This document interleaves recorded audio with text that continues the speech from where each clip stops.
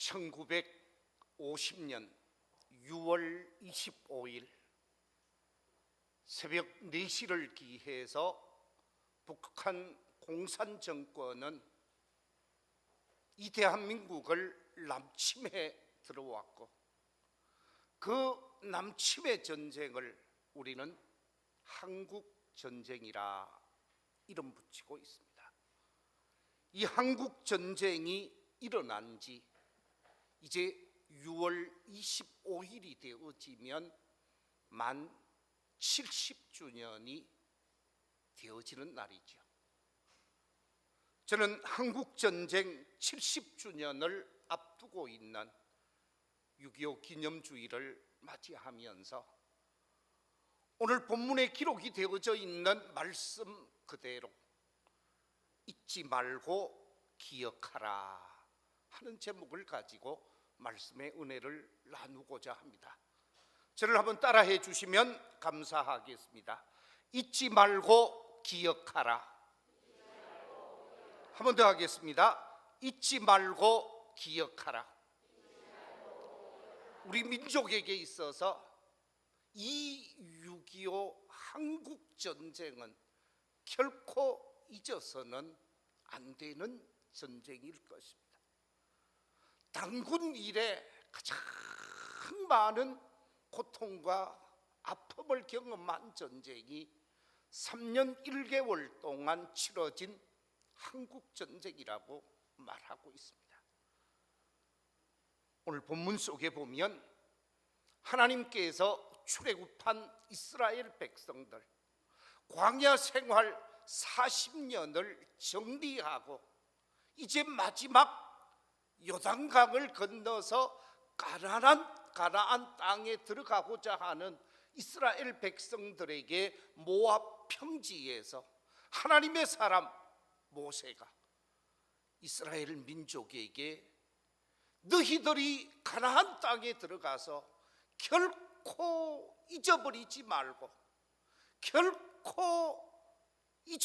말고 기억해야 하는 분이 있는데, 그 분은 다름이 아니라 너희들을 광야 40년 동안 인도해 주신 하나님이다 그러면서 잊지 말라고 말씀하고 있습니다. 오늘 본문 2절에 보면 이렇게 말씀하고 있습니다. 네 하나님 여호와께서 이 40년 동안에 네가 광야 길을 걷게 하신 것을 기억하라. 광야 40년을 살아오면서 그 광야 40년의 생활 속에서 하나님께서 도와주시고 하나님께서 함께 해주신 것을 기억하라 라고 말하고 있습니다.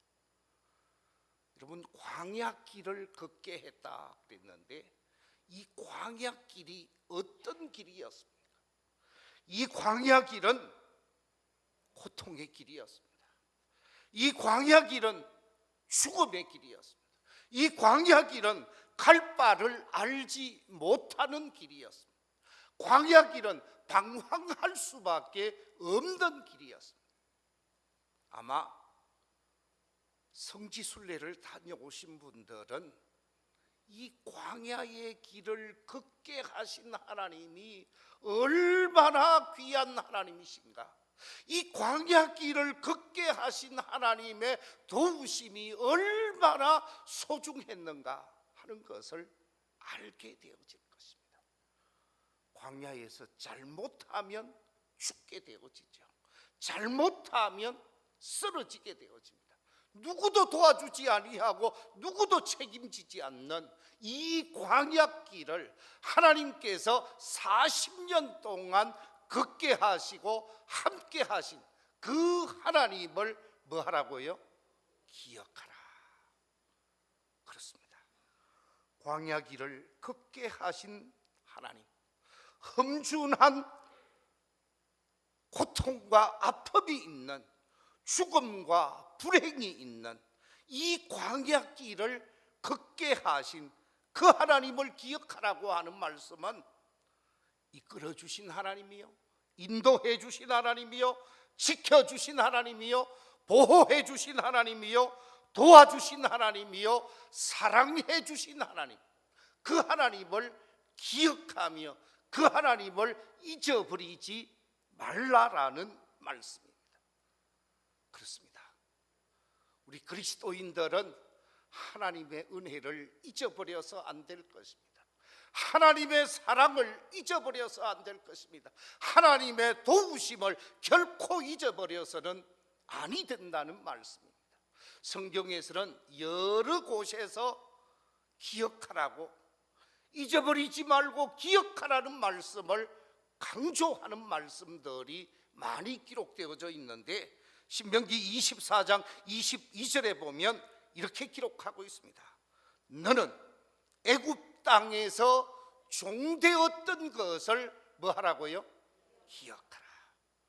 애굽에서 430년 동안 종살이를 했고, 그 고통의 자리, 절망의 자리, 눈물 없이 살 수 없었던 그 자리에서 하나님께서 구원해내시고, 하나님께서 자유케 하시고, 하나님께서 새로운 살 길을 열어주신 그 종되었던 시절을 기억하면서 하나님의 은혜를 잊어버리지 말라고 말씀하고 있습니다. 신명기 25장 17절에서도 이렇게 말씀하고 있습니다. 너는 애굽에서 나오는 길에 아말렉이 네게 행한 일을 뭐하라? 기억하라. 아말렉은 무장한 병사들이었습니다. 광야에서 훈련된 병사들이었습니다. 이 광야 훈련된 병사들이 오합지졸과 같은 출애굽한 이스라엘 백성들에게 도전해 왔습니다. 이 도전해온 아말렉 군사들을 보게 되어지고, 모세가 하나님 앞에 손을 들면 그 준비된 군대, 훈련된 군인들, 그들이 손을 드는 순간 여호수아의 군대가 이기는 역사가 있었습니다. 그러나 손이 내려오는 순간 밀리게 되어집니다. 이처럼 하나님께서 손을 들어 하나님 앞에 기도함으로 아말렉 군사를 물리치고 너기 지키시고 보호하신 그 하나님의 은혜, 그 하나님의 사랑을 뭐 하라고요? 기억하라고 말씀하고 있습니다. 그뿐만이 아닙니다. 미가서 6장 5절에 이렇게 기록하고 있습니다. 같이 한번 읽어보겠습니다. 시작.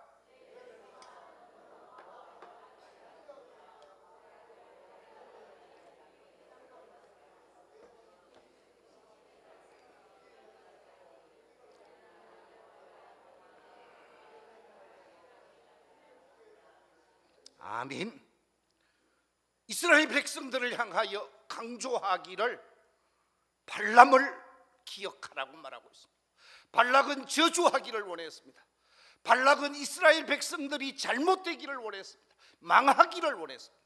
그럼에도 불구하고 하나님께서는 이 발람을 통해서 저주하는 것이 아니라 축복하고 잘되게 하고 번성케 하는 놀라운 복을 선포해 주신 그 발람을 기억하라고 말씀하고 있고, 시딤에서 길갈까지의 모든 삶의 현장 속에서 하나님이 지키시고 하나님이 도우시고 하나님이 함께 하신 하나님의 놀라운 은혜를 잊어버리지 말고 기억하라 라고 말씀하고 있습니다. 그렇습니다. 기억하라고 하는 말씀은 위기의 순간, 절망의 순간, 위험의 순간 속에서도 지켜주시고 보호해 주신 하나님을 기억하라는 말씀이요, 안보해 주시고 사랑해 주시고 이끌어 주신 하나님을 기억하라는 말씀입니다. 우리 민족에게 있어서 가장 큰 위기의 순간이 언제였을까? 한반도 땅에 살아가고 있는 우리 대한민국 백성들에게 있어서 가장 큰 위기의 순간, 그것은 여러분의 위기가 있었습니다마는 그 중에서 가장 혹독한 고통과 아픔을 경험하게 되어진 순간은 1950년 6월 25일 날 발발한 한국전쟁, 3년 동안 치러진 이 한국전쟁이야말로 우리 민족에게 있어서 가장 큰 위험과 절망과 고통이 초래되어진 순간이었을 것이라 저는 생각합니다. 이 고통의 순간 속에서 하나님이 지켜주시고 하나님이 보호해 주신 것, 우리는 결코 잊어서는 아니 될 것입니다. 35년 동안 일본 제국주의 치하에서 어려움을 당하다가 제2차 세계대전이 끝나면서 우리나라는 해방이 되어지게 되어집니다. 해방과 함께 이제 자주국으로서 의미 있는 나라를 세워서 우리나라가 번성해 갈 것이라 라고 생각을 했는데, 남북이 분단되어지고 분단된 이 나라에 해방과 함께 5년차 정부를 수립하고 채 2년도 되지 않은 상황 속에서 6.25가 발발하게 되어졌습니다. 왜 한국전쟁이 일어나게 되어졌는가? 왜 이 한반도 땅에 한국전쟁이 일어날 수밖에 없었는가? 여러 가지 원인이 있겠지만, 학자들이 주장하는 여러 가지 학설이 있겠지만, 저는 민족이 하나 되지 아니하고 분단되었기 때문이라고 생각하는 사람입니다. 하나 되어야 할 민족, 한 민족 한 핏줄이 하나로 연합하지 아니하고 분단되어지면서 불행한 한국전쟁이 초래되어졌다고 생각하는 사람입니다. 하나 되었다고 하면 결코 6.25라고 하는 이 비극적인 현실이 한반도 땅에서 일어나지 않았을 것입니다. 수많은 사람들이 희생당하는 일이 없었을 것입니다. 그런데 그만 나누어지고 말았습니다. 우익으로 좌익으로, 민주주의로 사회주의로 나누어지게 되어지면서 이 나누어진 한반도 땅에 남북으로 분단되어지는 비극이 초래되어졌습니다. 그 결과 형제가 형제를 향하여 또는 가족이 가족을 향하여 총뿌리를 겨누면서 서로를 죽일 수밖에 없는 비극적인 아픔이 우리 속에 있었습니다.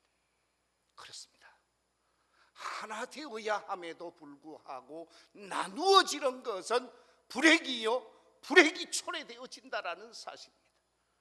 우리 주님께서 대제사장으로서 마지막 하나님 앞에 기도하며 간구한 내용이 요한복음 17장 속에 기록이 되어져 있습니다. 요한복음 17장 속에 기록되어져 있는 대제사장의 기도 가운데 핵심적인 내용 중에 하나가, 하나님, 제자들이 하나 되게 해주시옵소서, 성도들이 하나 되게 해주시옵소서, 하나 되는 제자, 하나 되는 성도들, 하나 되는 교회가 되게 해주십시오, 간청하는 것을 우리가 볼 수가 있습니다.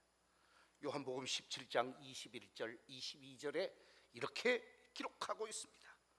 아버지여, 아버지께서 내 안에 내가 아버지 안에 있는 것 같이 그들도 다 하나가 되어 우리 안에 있게 하사 세상으로 아버지께서 나를 보내신 것을 믿게 하옵소서.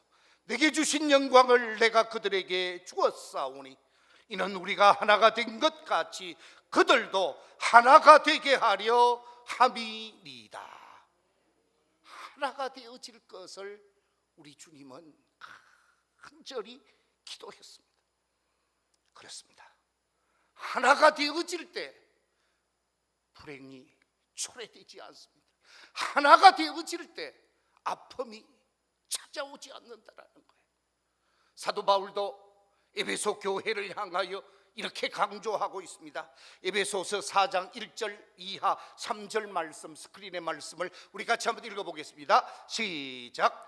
그러므로 주 안에서 갇힌 내가 너희를 권하노니 너희가 부르심을 받은 일에 합당하게 행하여 모든 겸손과 온유로 하고 오래 참음으로 사랑 가운데에서 서로 용납하고 평안에 매는 줄로 성령이 하나 되게 하신 것을 힘써 지키라.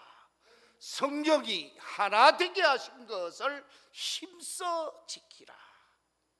하나 되어져야 한다라고 말씀하고 있습니다. 그렇습니다.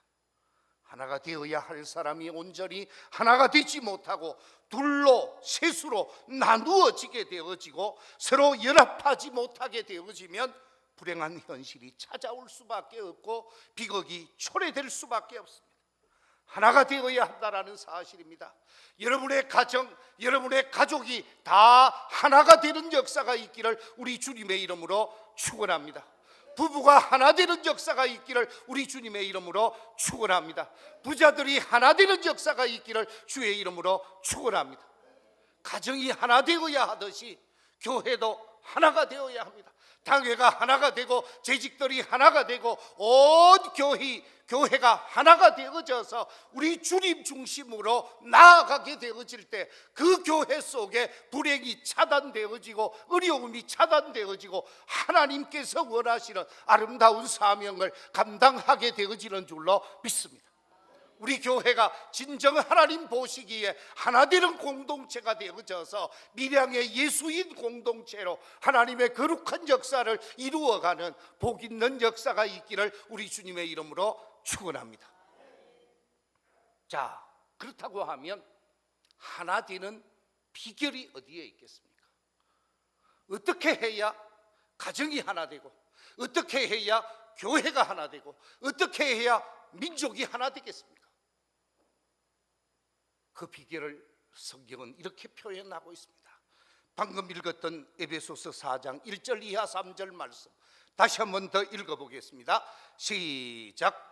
그러므로 주 안에서 갇힌 내가 너희를 권하노니 너희가 부르심을 받은 일에 합당하게 행하여 모든 겸손과 온유로 하고 오래 참음으로 사랑 가운데서 서로 용납하고 평안에 매는 줄로 성령이 하나 되게 하신 것을 힘써 지키라.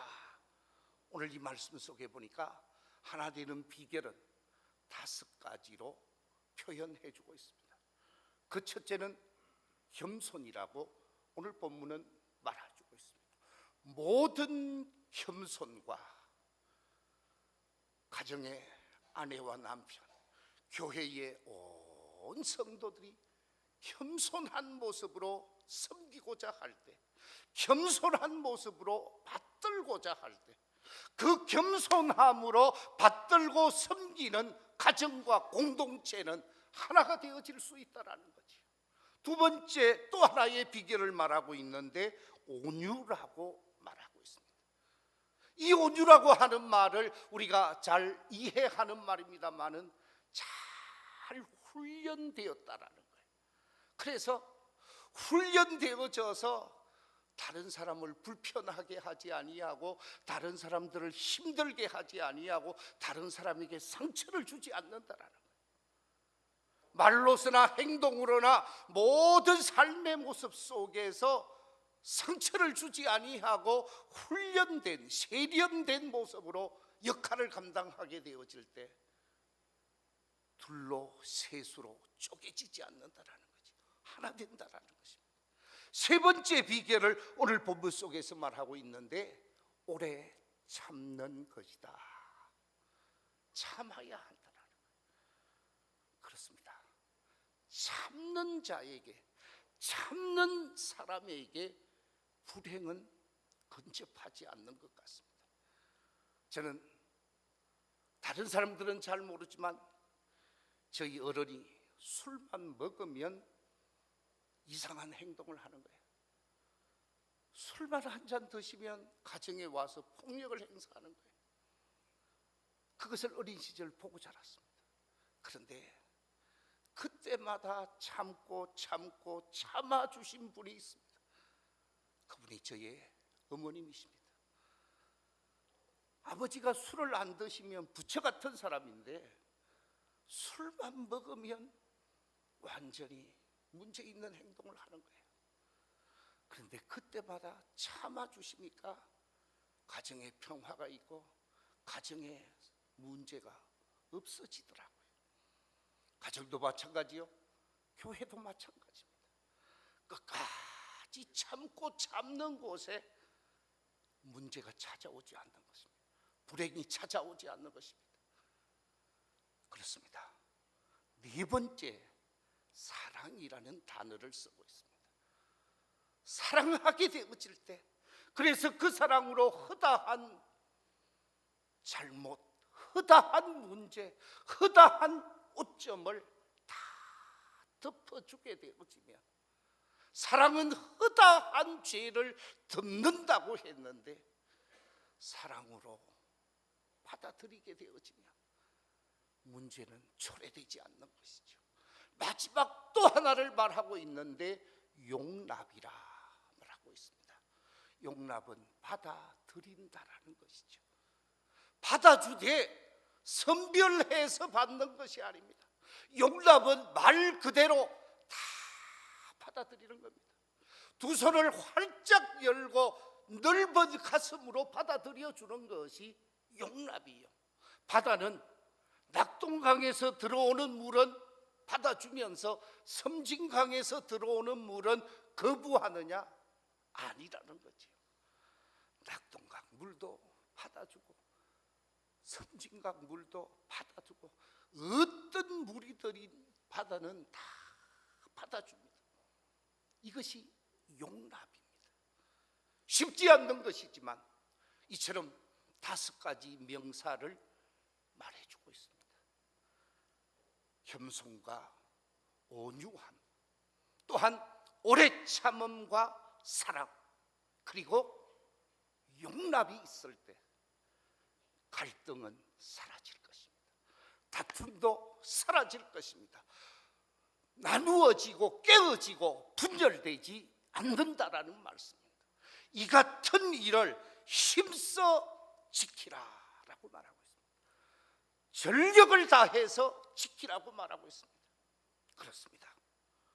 하나 되는 비결은 겸손함과 온유함, 오래 참음과 사랑, 그리고 용납하는 것입니다. 이 같은 5가지 중요한 삶의 모습을 힘써 지키고 애쓰게 되어질 때 가정이 하나 되어질 수 있고 교회가 하나 되어질 수 있고 나라가 하나 되어질 수 있다는 사실입니다. 바로 우리 교회, 우리의 가정들이 이렇게 아름다운 믿음의 삶을 펼쳐가면서 하나 되어지는 놀라운 축복이 있기를 우리 주님의 이름으로 축원합니다.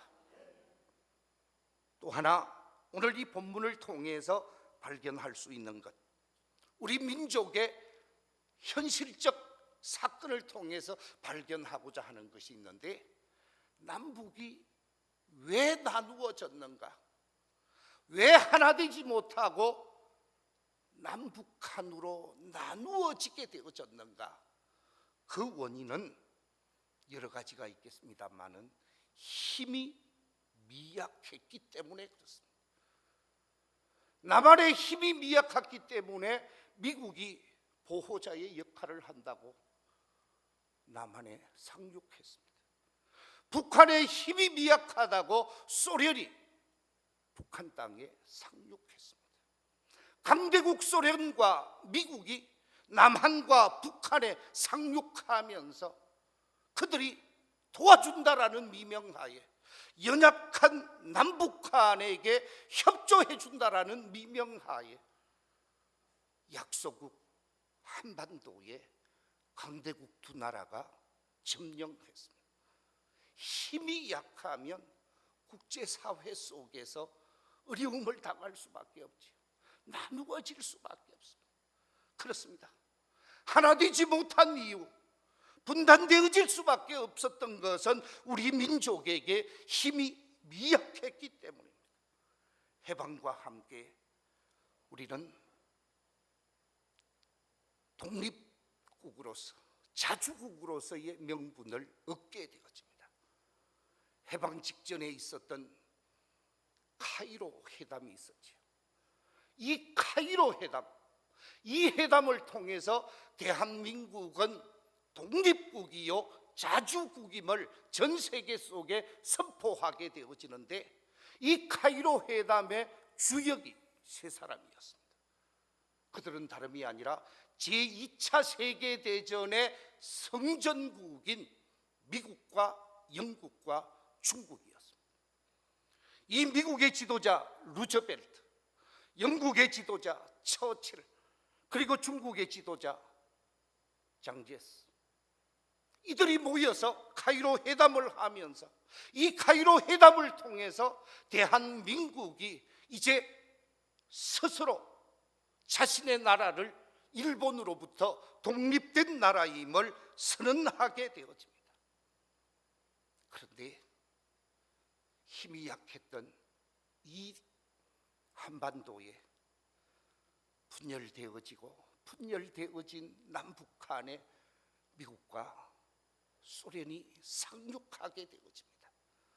그래서 미국의 허락을 받아서 1948년 5월 31일 210명의 국회의원을 선출하는 의회를 구성하게 되어지고 1948년 8월 15일 남한 단독 정부를 공식적으로 수립하게 되어집니다. 북한은 북한대로 1948년 9월 9일을 기해서 소련의 허락을 받고 조선민주주의 인민공화국이 수립되어집니다. 그리고 난 다음 2년도 채 되지 않아서 불행한 결과가 초래되어지죠. 한 나라임에도 불구하고, 한민족임에도 불구하고 한민족 두 나라 체제로 나누어지게 되어진 것은 바로 힘이 약했기 때문이라는 것입니다. 그렇습니다. 대한민국이 힘이 약했기에, 국제사회 속에서 힘을 쓸 수 없었기에 이 땅에는 전쟁이 일어날 수밖에 없었습니다. 소련과 미국의 대리전이 이 한반도 땅에서 펼쳐지면서 엄청난 피해가 우리 속에 찾아올 수밖에 없었습니다. 우리 신앙인들도 마찬가지입니다. 영적인 힘이 없으면 마귀의 종노릇을 할 수밖에 없습니다. 신앙의 힘이 없으면 불행한 현실을 경험할 수밖에 없습니다. 힘이 없고 연약해지면 어두움의 세력에 사로잡힐 수밖에 없다라는 말씀입니다. 그렇기 때문에 우리 성도들도 믿음의 힘, 믿음의 능력을 키워야 할 것이요, 나라도 힘을 키워야 국제사회 속에서 스스로의 역할을 감당할 수가 있다라는 사실이죠. 사도 바울은 우리 성도들에게 힘을 키워야 한다고, 힘 있는 그리스도인이 되어야 한다고 그러면서 전신갑주를 입으라고 말씀하고 있습니다. 영적인 싸움, 마귀와의 싸움, 어두움과의 싸움에서 이기기 위해서는 복음의 전신갑주를 입어야 한다고 하면서 에베소서 6장 10절 이하 17절 속에 보면 이렇게 말씀하고 있습니다. 끝으로 너희가 주 안에서와 그의 힘의 능력으로 강하여지고 마귀의 관계를 능히 대적하기 위하여 하나님의 전신갑주를 입으라. 우리의 씨름은 혈과 육을 상대하는 것이 아니요 통치자들과 권세들과 그 이 어둠의 세상 주관자들과 하늘에 있는 악의 영들을 상대함이라. 그러므로 하나님의 전신갑주를 취하라. 이는 악한 날에 너희가 능히 대적하고 모든 일에 행한 후에 서기 위함이라. 그런즉 서서 진리로 너희 허리띠를 띠고 의의 호신경을 붙이고 평안의 복음이 준비한 것으로 실을 신고 모든 것 위에 믿음의 방패를 가지고 이로써 능히 악한 자의 모든 불화살을 소멸하고 구원의 투구와 성령의 금 곧 하나님의 말씀을 가지라. 할렐루야. 우리가 하나님의 전신갑주로 무장하게 되어질 때에 능히 마귀를 이길 수 있고 어두움을 이길 수 있고 세상을 이길 수 있다라고 말하고 있습니다. 이 자리에 계신 우리 모든 믿음의 가족들이 영적으로 잘 준비된 자로서 복음의 전신갑주를 입으면서 마귀를 이기고 세상을 이기고 죄악을 이기면서 능력 있는 그리스도인으로 삶을 펼쳐갈 수 있는 복 있는 하나님의 사람들이 되시기를 우리 주님의 이름으로 축원합니다. 또 하나, 이 한국전쟁을 통해서 발견할 수 있는 중요한 교훈이 있는데 저를 한번 따라해 주시면 감사하겠습니다. 준비되지 않으면 많은 희생이 초래됩니다. 그렇습니다. 준비하지 않으면 엄청난 희생이 초래될 수밖에 없습니다. 준비하지 않으면 엄청난 아픔이 내게 찾아올 수밖에 없다라는 거예요. 1950년 6월 25일 새벽 4시를 기해서 서해안에서부터 동해안에 이르기까지 이 38도 선 전역에서 북한이 물밀듯이 밀고 내려오게 되었습니다. 이처럼 엄청난 군사력을 앞세워서 밀고 내려오게 되어지는데 그 당시 우리 남한은 어떤 상태였습니까? 5월 31일 선거가 있었다고 그랬습니다.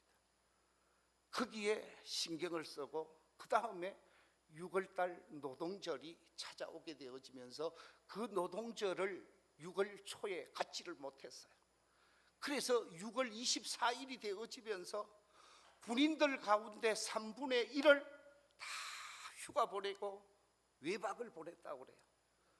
간부들이든 사병들이든 많은 사람들이 부대 밖으로 나가게 되어졌습니다. 그리고 경계령이 해제가 되어졌다고 합니다.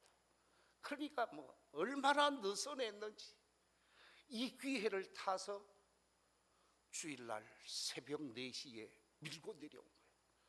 그런데 제가 확인한 자료에 의하면 남한과 북한의 전력 차이가 어떠했느냐? 자, 여러분 한번 들어보십시오. 북한군 병력은 20만 1,050명이었다고 합니다. 그런데 남한 군인은 몇 명 정도 되었을까? 10만 3,827명, 딱 절반입니다. 군사의 수가 절반이었습니다. 그 다음 북한 항공기, 비행기가 몇 대였느냐? 북한에는 226대. 남한의 항공기는 몇 개나 있었을까요? 22대였다고 합니다. 10분의 1입니다. 그것도 먼저 전쟁을 일으키면서 김포공항에 있는 비행기에 가서 바로 때리는 바람에 옳게 쓰지도 못했대요. 그 다음 함정, 바다로 공격을 하는 함정이 북한은 몇 대였는가? 110척이었습니다. 우리 이남은 얼마였는가? 36척, 4분의 1입니다. 그 다음 북한군 포는 얼마였는가? 2492문. 2492문인데 우리 이남의 포는 몇 개 정도였는가? 1051문, 딱 절반입니다. 그 다음에 더 충격적인 사건은 제가 찾은 자료에 의하면 북한의 전차 T-35라고 그러더만요. 북한의 전차가 몇 대였느냐? 242대. 우리 남한의 전차는 몇 대였을까요? 한국군이 가지고 있는 것은 한 대도 없었대요. 탱크가 없었다라는 거예요. 미군이 가지고 오긴 했습니다만은 뒤에 여러분 전혀 준비가 안 됐다라는 거예요. 전혀 준비가 안 된 상태에서 막 밀고 오니까 여러분 38선에서 서울까지 걸어서 오려고 해도 시간이 많이 걸리는데 3일 만에 서울에 입성을 했습니다. 제가 군대 생활을 지금 신도시가 되어진 일산에서 했는데요. 일산, 파주 그쪽에서 군대 생활을 했는데 구사단에서 했는데 구사단은 북한을 막기 위해서 200km 행군이라는 게 있어요. 그냥 걸어서도 200km 걸으려고 하면 얼마나 힘이 드는지 몰라요. 그런데 전쟁이 일어나고 나서 3일째 서울에 그냥 진입을 해버렸어요. 28일 날 서울에 입성을 했고 7월 1일 날 한강을 넘어서 남쪽으로 밀려오면서 누구도 싸울 준비가 되어 있지 않았다라는 거예요. 준비하지 않으면 밀릴 수밖에 없고, 준비하지 않으면 깨질 수밖에 없고, 준비하지 않으면 싸움에서 질 수밖에 없는 거예요. 준비되지 않은 전쟁에서 남한은 엄청난 피해를 입게 되어집니다. 당군 이래 최고의 손실을 입은 전쟁이 6.25 전쟁입니다. 많은 사상자가 났습니다. 시간이 많이 가서 제가 일일이 준비된 자료를 말씀드리지 못하겠습니다만, 죽은 사람, 다친 사람, 가족을 잃어버린 사람, 미망인이 되어진 사람, 고아가 되어진 사람, 엄청난 숫자들이 우리 민족의 아픔으로 다가왔습니다. 그렇습니다. 준비하지 않으면 불행이 초래되어집니다. 하나님 앞에서 믿음의 사람으로 준비하지 않으면 믿음의 사람들도 불행이 초래되어질 수밖에 없습니다. 깨어 준비하는 자만이 불행을 막을 수 있고 불행을 차단할 수 있는 거예요. 성경은 우리를 향하여 깨어 있으라고, 준비해 있으라고 성경 곳곳에서 말씀하고 있습니다. 마태복음 24장 42절에서 이렇게 말씀하고 있습니다. 그러므로 깨어 있으라. 어느 날에 너희 주가 임할런지 너희가 알지 못함이니라. 깨어 있어야 주님의 재림을 맞이할 수 있다라는 거예요. 깨어 있어야 주인을 맞이할 수 있다라는 것입니다. 마가복음 13장 35절에서도 이렇게 말씀하고 있습니다. 그러므로 깨어 있으라. 집 주인이 언제 올런지, 혹 저물 때일런지, 밤중일런지, 다굴 때일런지, 새벽일런지 너희가 알지 못함이라. 언제 어느 시기에 우리에게 마귀가 공격해 올런지, 어둠의 영이 우리를 향하여 도전해 올런지 모른다라는 거예요. 준비하고 깨어있는 사람만이 불행을 당하지 않는다라는 말씀입니다. 마태복음 24장 44절에서도 이렇게 말씀하고 있습니다. 그러므로 너희도 준비하고 있으라. 생각하지 않은 때에 인자가 오리라. 준비하고 있으라고 말하고 있습니다. 누가복음 12장 40절에도 보면 그러므로 너희도 준비하고 있으라. 생각하지 않은 때에 인자가 오리라 하시니라. 그렇습니다. 깨어있는 사람, 준비하고 있는 사람만이 불행을 경험하지 않습니다. 실패를 경험하지 않습니다. 눈물을 흘리지 않습니다. 준비한 학생 합격에 영광을 얻습니다. 준비한 모든 사람은 좋은 결과를 맞이할 수 있습니다. 영적인 측면에 있어서도 마찬가지입니다. 우리가 깨어 준비한 자만이 주의 영광의 나라에 들어갈 수 있습니다. 이 시간 하나님 앞에 나와 예배하는 우리 모든 성도들이 이 6.25 70주년 기념주일을 맞이하며 저는 세 가지를 여러분에게 말씀드렸습니다. 우리 민족이 하나 되지 못하고 나누어지는 불행 속에 전쟁이 일어났다고 그랬습니다. 또한 나누어진 이유는 힘이 없었기 때문이라고 그랬고, 우리가 준비하지 않았기 때문에 불행이 더 클 수밖에 없었다고 말씀드렸습니다. 우리 교회가 하나 되고 우리의 가정이 하나 되고 우리 모두가 힘을 가지고 하나님이 주시는 믿음의 힘, 지혜의 힘, 세상적 힘을 가지고 주어진 역할을 감당하고 늘 준비된 자로서 사명을 감당해 가면서 믿음의 승리자가 되고 삶의 승리자가 되어지는, 그래서 하나님이 기뻐하는 삶을 살아갈 수 있는 우리 모든 성도들이 되시기를 우리 주님의 이름으로 축원합니다. 기도하겠습니다.